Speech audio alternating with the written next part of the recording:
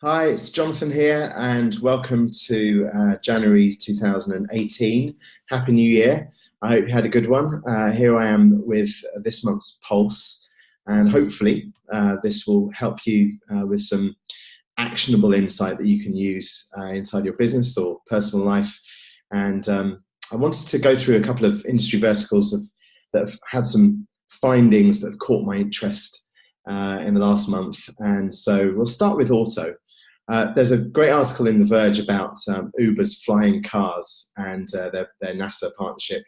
The link that you've got in your email, there's a video inside that link which shows the way that the concept might work. And of course, it's fascinating and brilliant, the kind of thinking around the Jetsons' potential, of course. But there's a couple of watch outs that I would probably counsel. One is that you have to kind of think whether Uber is actually run as a company that is sustainable in itself, not just because of the controversy, but actually the fragility of how it sits around regulations. In the flying car space, the regulation nightmares that they may have had with their taxi services in towns is nothing in comparison to putting things into the air. The whole aviation authority side of something which I can't imagine that they're very, very far down the lines on. But anyway, so there's a couple of watch outs there, but also just because Uber are well known now doesn't necessarily mean that in 2 years' time, 3 years' time, they're going to be that well known then. And so, yeah, whilst you think about Uber flying cars as an awesome concept, I would urge slight caution as to whether or not Uber will be the company that nails that, if indeed there is actually any reality in that in the near-term future.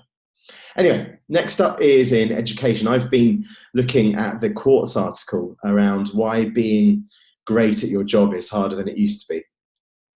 And the general premise of the article is, of course, that there's so much more now to learn, and stuff becomes obsolete. So therefore, it's actually it's hard to get the required understanding.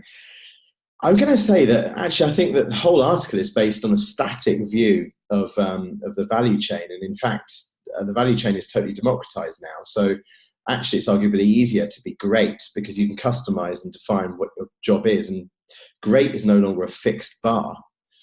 I think great is now totally subjective as to what paradigm you're creating and whether or not you feel as if you're great inside it. That's probably a larger point to address in terms of education and learning, as to what bar we set for ourselves to be great at, and whether or not we're actually still subservient to the bars that are being set by traditional organizations. Anyway, next up is in media. I've been looking at the Whisper-based patent that Apple have filed.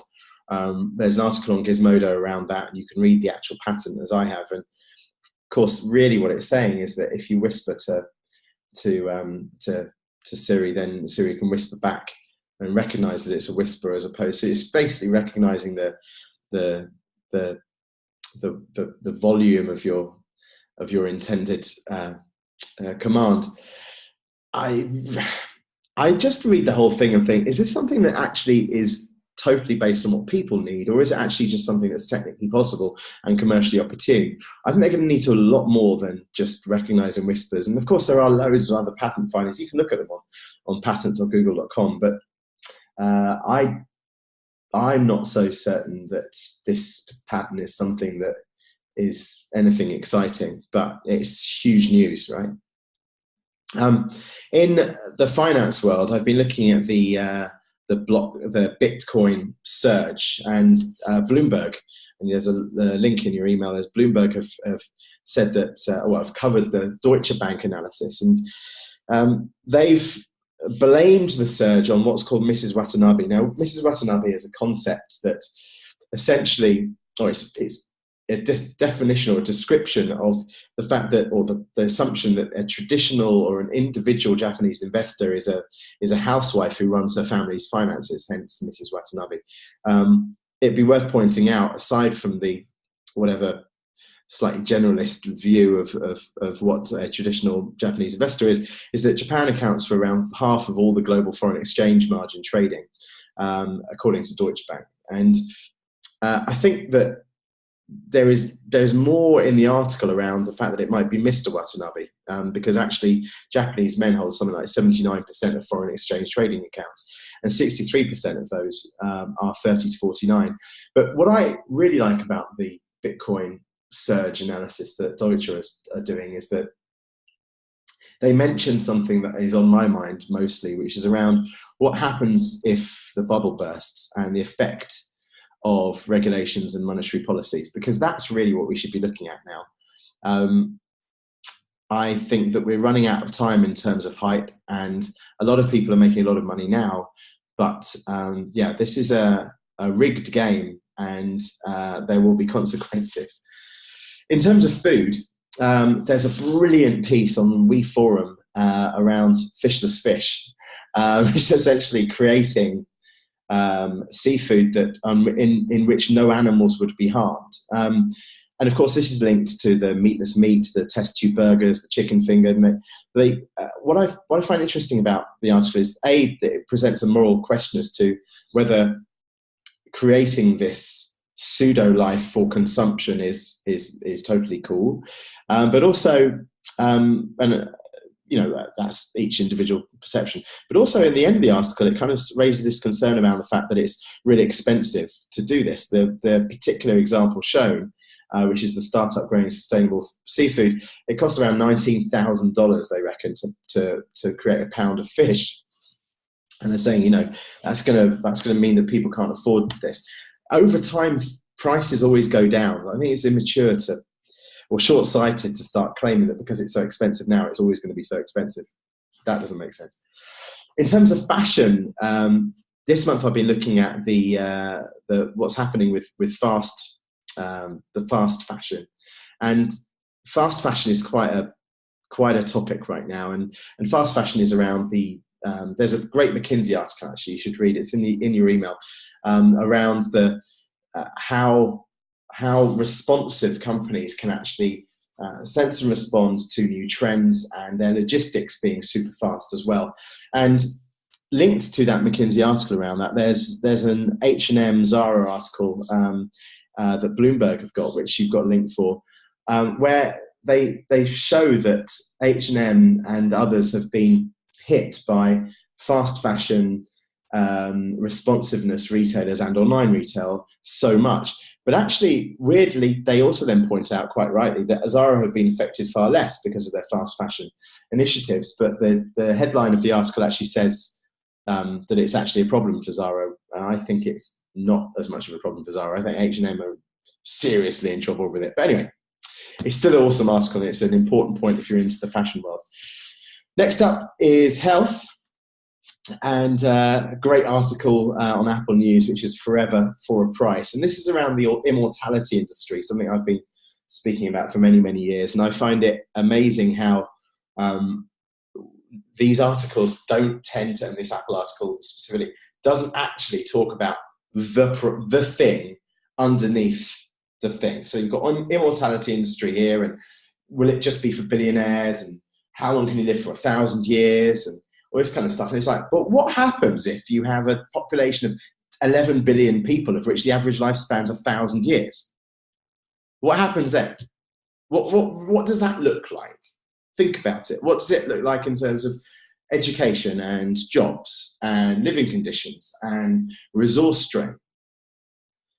So yeah, those articles do exist, and there's opinions do exist around the world, but they are obviously missing in the articles that are more kind of like, oh my goodness, yeah, when you're 90, you could only be a tenth of the way through your life. Yeah, let's look at the consequences in balance, please. Thanks. In terms of retail, I've been looking at the forward for my next book, which will be called Powered by Change, which actually, you'll soon be hearing about through 10.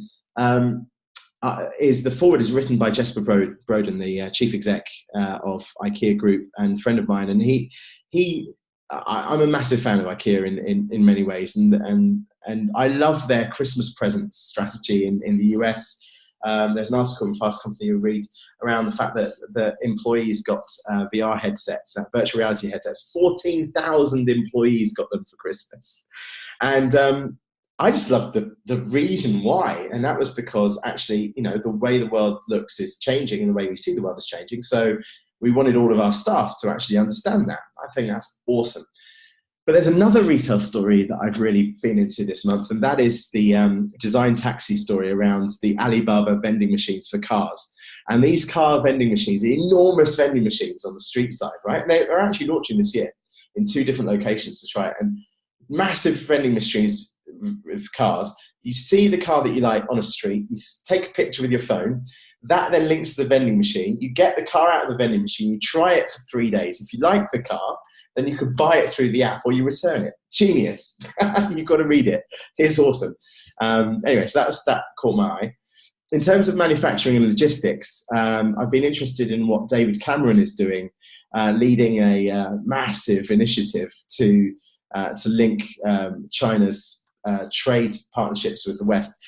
And obviously, when he was in Downing Street, he was involved in the trade links with Beijing.